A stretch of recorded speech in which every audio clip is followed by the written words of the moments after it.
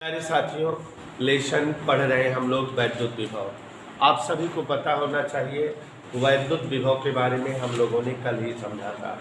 याद करिए वो भयानक सुबह सुष्मिता जी जब जो है हम लोगों ने वैद्युत विभव के बारे में समझा था।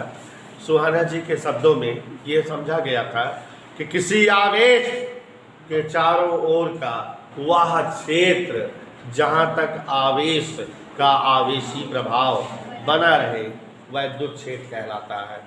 और यही समझाए थे कि किसी आवेश के चारों ओर का वह क्षेत्र जहाँ तक किसी दूसरे आवेश को लाने पर उस पर वैद्युत बल आरोपित हो वैद्युत क्षेत्र कहलाता है। वैद्युत क्षेत्र को फिजिक्स में अल्फिया जी कई भौतिक राशियों द्वारा व्यक्त करते हैं। जैसा कि ऐसा जान रहे हो, वैद्युत क्षेत्र को पहली भौतिक राशि वैद्युत क्षेत्र की तीव्रता वेक्टर ई के द्वारा व्यक्त किया जाता है और वैद्युत क्षेत्र को दूसरी भौतिक राशि वैद्युत विभव के द्वारा भी व्यक्त किया जाता है। और प्यारे बच्चों, ये वैद्युत क्षेत्र की तीव्रता के बारे में पहले पार्ट में अच्छे से पढ़ा गया है और वैद्युत विभव के बारे में इस पाठ में अच्छे से पढ़ा जाएगा। कल की क्लास में वैद्युत विभव के बारे में भी समझा था हम लोगों ने। अनंत से एकांक धनावेश को वैद्युत क्षेत्र के भीतर किसी बिंदु तक लाने हेतु किया गया कुल कार्य उस बिंदु पर वैद्युत विभव कहलाता है। उसके बाद आपको बताए थे कि यदि अनंत से धन परीक्षण आवेश प्लस क्यू नॉट को वैद्युत क्षेत्र के भीतर लाने में कार्य डबलुआ हो तो इकाई आवेशवा को लाने में कार्य डबलुआ बटे क्यू नॉट, और यही विभव का सूत्र हो गया था। तो याद करके इसको जो है अंजलि जी बता दीजिए, वैद्युत विभव भी बराबर डबलू बटे क्यू नॉट। यहाँ से परिभाषा और बन रही थी क्या, किसी आवेश को वैद्युत क्षेत्र के भीतर लाने तक किया गया कार्य डबलू और वो परीक्षण आवेश क्यू नॉट का अनुपात वैद्युत विभव कहलाता है। याद आया नहीं था? और फिर उसके बाद यहीं पर आपको समझाए थे, ध्यान दीजिएगा, कि वैद्युत विभव का मात्रक जूल प्रति कूलम या वोल्ट होता है। और यहीं पर आपको समझाए थे, अगर याद हो, कि वैद्युत विभव का जो मात्रक जूल प्रति कूलम है उसे सुहाना जी वोल्ट कहा जाता है। और आयशा ने एक वोल्ट की परिभाषा बनाई थी कि यदि एक कूलम आवेश को अनंत से क्षेत्र तक लाने के लिए 1 जूल का कार्य करना हो तो वैद्युत विभव 1 वोल्ट कहलाता है। उसके बाद एक छोटी सी हेडिंग समझे थे हम लोग, वैद्युत विभव का भौतिकी महत्व। आपको बताए थे कि 2 आवेशों के बीच, 2 वस्तुओं के बीच, 2 चालकों के बीच आवेश का प्रवाह सदैव उच्च विभव वाली वस्तु से निम्न विभव वाली वस्तु की ओर होता है। दूसरी बात बताए थे कि 2 वस्तुओं के बीच आवेश का प्रवाह तभी तक होता है जब तक कि दोनों समान विभव पर, यदि दोनों समान विभव पर होंगे तो उनके बीच आवेश का प्रवाह। तो इन 2 बातों से भौकाल मार सकती है संजना कि अगर 2 वस्तुओं के बीच आवेश का प्रवाह ना हो रहा हो तो फरहीन जी इसका मतलब वे दोनों वस्तुएं समान विभव पर हैं, ठीक है। और अगर 2 वस्तुओं के बीच आवेश का प्रवाह हो रहा है तो जिधर से आवेश आ रहा है वो उच्च विभव पर है, जिधर की ओर आ रहा है फरहीन जी वो निम्न विभव का है। एक और बात बताए थे, मैं भी याद करूँ, धन आवेश का प्रवाह हमेशा उच्च विभव से और ऋण आवेश का प्रवाह हमेशा निम्न विभव से। उसके बाद जो महत्वपूर्ण टॉपिक था वो बोर्ड पर लिखा हुआ है, वैद्युत विभवांतर क्या था।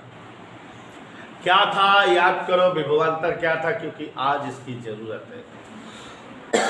वैद्युत क्षेत्र हो, उसमें कोई 2 स्थान हो, हमने कल बताया था इलाहाबाद बरेली, माने 2 स्थान ए और बी हो, और 1 कूलम आवेश को ए से लेके चले जाओ बी तक, जो कार्य करो वही क्या होता है, वैद्युत विभवांतर।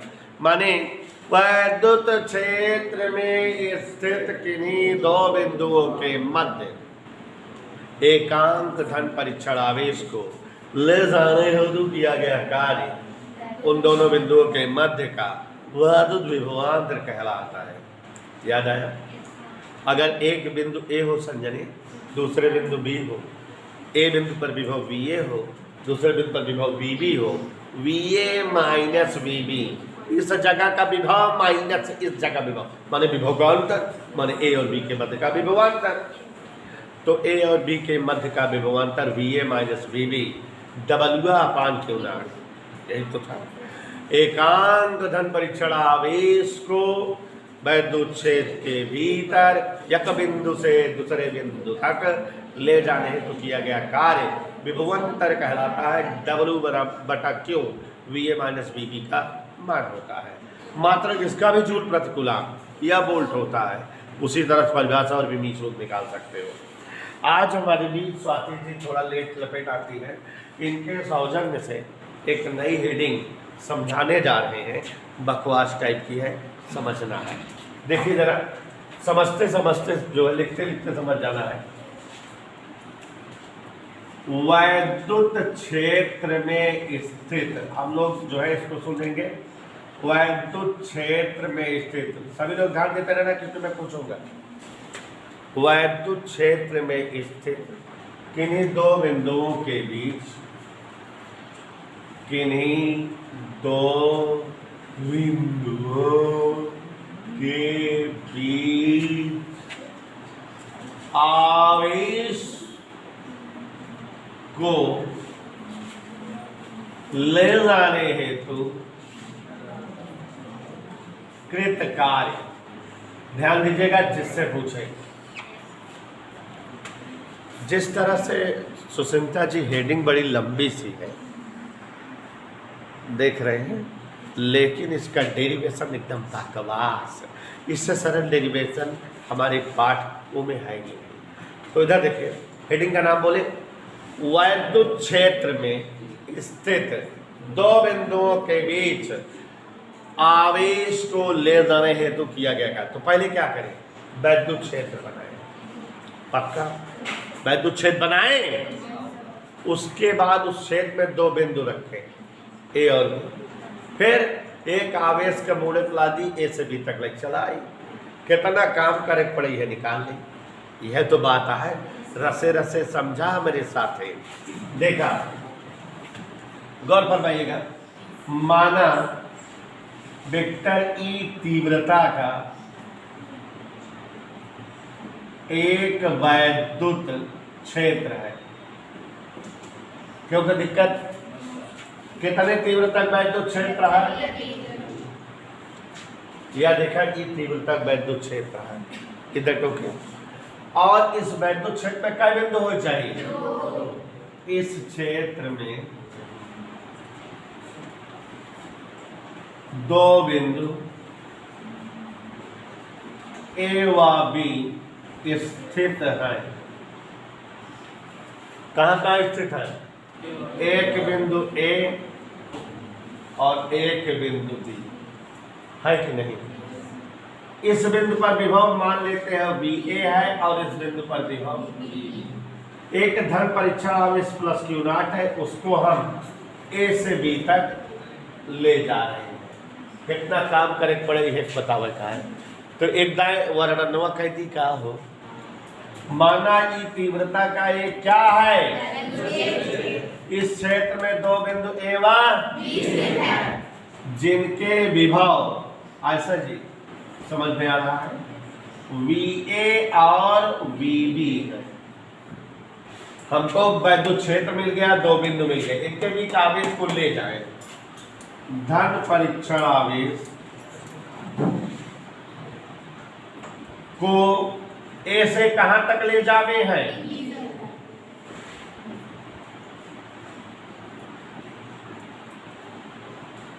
कितना काम होगा? उसी को क्या करना है? प्राप्त करना है। मजा आ गई कि नहीं? यहाँ तक समझ में आया? अभी तक जो है हम रोली की बहन डोली केवल जो है चित्र का वर्णन किए हैं। गौर से देखो, वैद्युत क्षेत्र में दो बिंदु स्थित है। बोलो कौन कौन? हेडिंग के अनुसार किए। बिंदु ए से बिंदु बी तक धन परीक्षण आवेश प्लस क्यू नॉट को ले जाएंगे, कार्य बतलावेंगे। इधर तो थे। तो यह फोटो जी की तीव्रता का कोई एक जो है वैद्युत क्षेत्र है और महाबलेश्वर जी इसमें दो बिंदु ए और बी है। ए और बी के विभव VA और VB है। आवेश प्लस क्यू नॉट ए से बी तक लाया जा रहा है। इतना वर्णन समझ में आया। अब अभी थोड़ी देर पहले और कल की सुबह में भी विभवांतर के बारे में बात किए थे कि ए और बी के मध्य का विभवांतर आवेश को ले जाने हेतु कार्य बटा आवेश, यही था, निकालते कर। इसलिए कोई बोलेगा नहीं, ए व बी के मध्य का विभवांतर सूत्र बताए थे। क्या सूत्र बताए थे? देखो इधर देखो, ए और बी के मध्य का विभवांतर बराबर आवेश को ए से बी तक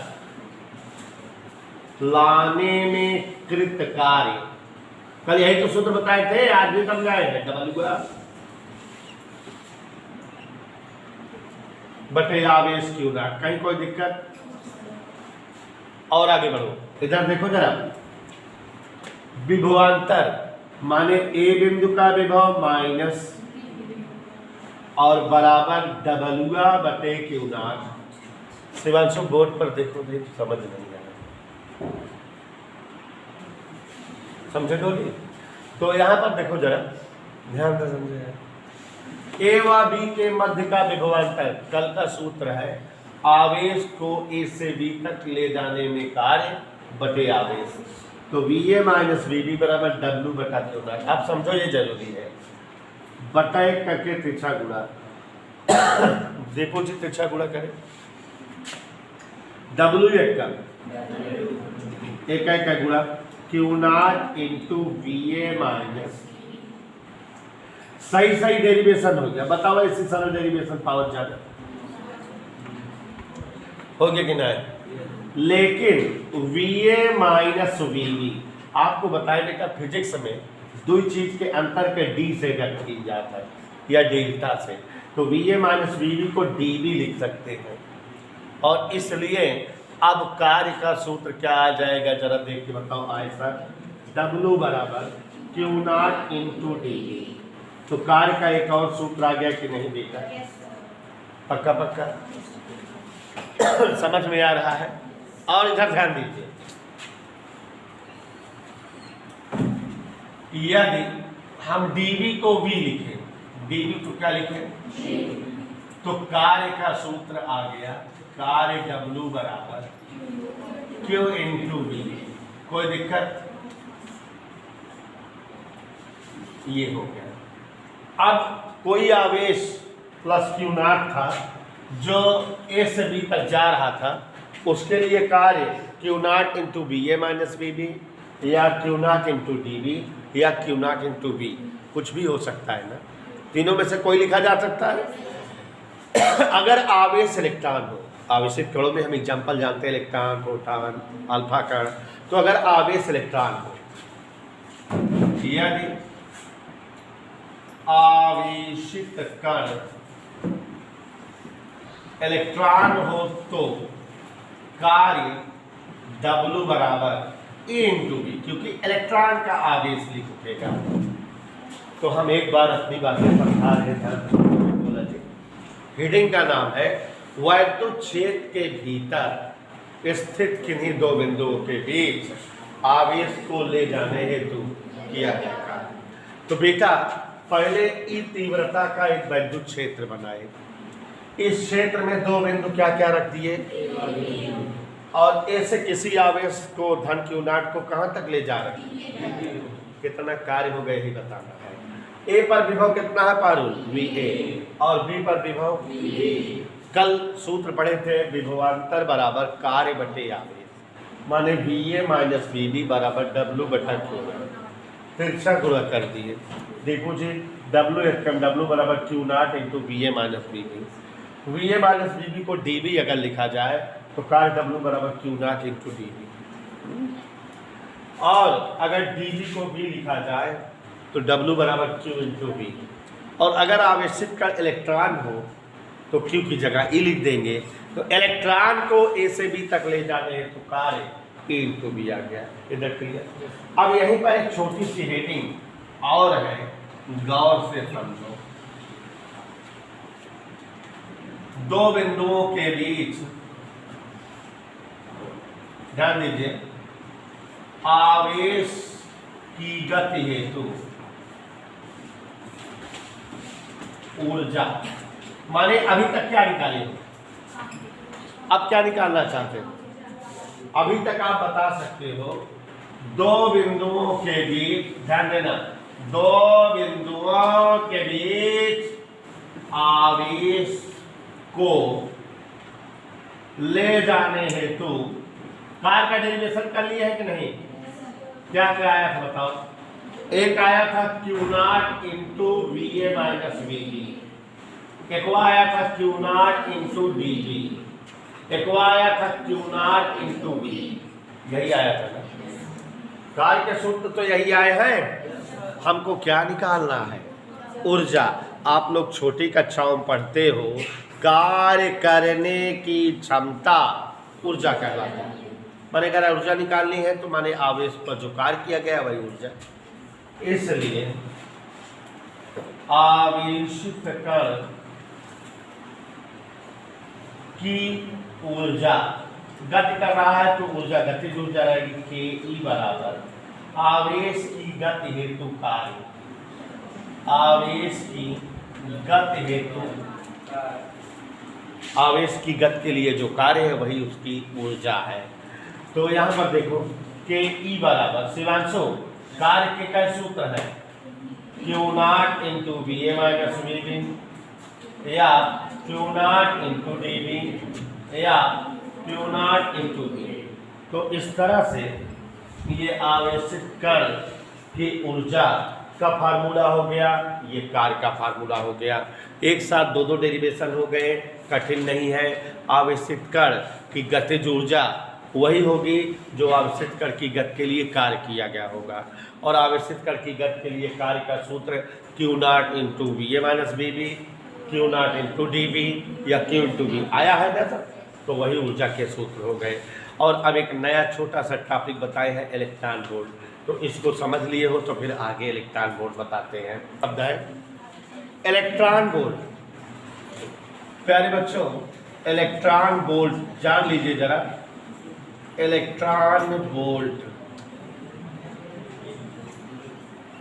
प्यारे बच्चों, अभी अभी हम लोगों ने डिस्कस किया कि इलेक्ट्रॉन अगर वैद्युत क्षेत्र में दो बिंदुओं के बीच गति करता है तो उस इलेक्ट्रॉन की ऊर्जा, अभी अभी थोड़ी देर पहले बताए कि अगर आवेशित कण इलेक्ट्रॉन हो तो उसकी ऊर्जा E इंटू बी, और इसी E इंटू बी को हम इलेक्ट्रॉन वोल्ट कहते हैं। E इंटू बी को क्या कहते हैं? Electron volt. और बच्चों इसकी परिभाषा बनती है कि यदि कोई एक इलेक्ट्रॉन 1 वोल्ट के विभव से त्वरित हो तो प्राप्त ऊर्जा 1 इलेक्ट्रॉन वोल्ट होती है, और इसका मान 1.6 × 10⁻⁹ जूल होता है। ध्यान से देखिए और सुनने समझने का प्रयास करिए। एक बार फिर से बोल दे रहे अनुज कि यदि कोई एक इलेक्ट्रॉन 1 वोल्ट के विभवांतर से त्वरित हो या गुजरे तो उसकी ऊर्जा 1 इलेक्ट्रॉन वोल्ट कहलाती है। यदि कोई एक इलेक्ट्रॉन 1 वोल्ट के विभवांतर से त्वरित हो तो उसकी ऊर्जा क्या कहलाती है? 1 इलेक्ट्रॉन वोल्ट कहलाती है शिवांशु जी। और 1 इलेक्ट्रॉन का वोल्ट का मान 1.6 × 10⁻⁹ जूल होता है। और प्यारे बच्चों, ये ऊर्जा नापने का दुनिया का सबसे छोटा मात्रक है।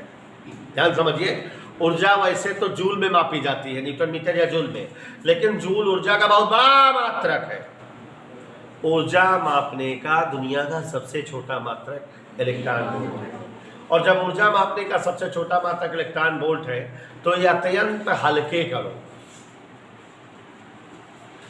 जैसे इलेक्ट्रॉन, प्रोटॉन, नाभिक, अल्फा कण, इन सब की ऊर्जा इलेक्ट्रॉन वोल्ट के पदों में मापी जाती है। जो हल्का कण हुई हैं उनके ऊर्जा हल्की होए तो ऊर्जा का हुआ जूल में ना नापा जाता, इलेक्ट्रॉन वोल्ट में नापा जाता है। जैसे द्रव्यमान किलोग्राम में नापा जाता है, लेकिन अगर कोई छोटा पदार्थ होता है तो उसका द्रव्यमान एएमयू में नापा जाता है। अब जैसे जो है इलेक्ट्रॉन, प्रोटॉन, न्यूट्रॉन का द्रव्यमान एएमयू में नापते हैं, तो वैसे ही इलेक्ट्रॉन वोल्ट ऊर्जा का सबसे छोटा मात्रक है। अत्यंत हल्के कण इलेक्ट्रॉन, प्रोटॉन, न्यूट्रॉन, इन सब की ऊर्जा इलेक्ट्रॉन वोल्ट के पदों में मापी जाती है।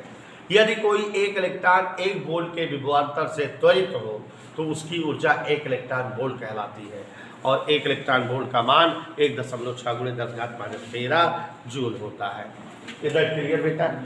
और इलेक्ट्रॉन वोल्ट का कुछ बड़ा रूप भी है, जैसे मिलियन इलेक्ट्रॉन वोल्ट या मेगा इलेक्ट्रॉन वोल्ट, और 1 मेगा इलेक्ट्रॉन वोल्ट बराबर 1.6 × 10⁻13 जूल। तो बच्चों ये इलेक्ट्रॉन वोल्ट है और इलेक्ट्रॉन वोल्ट का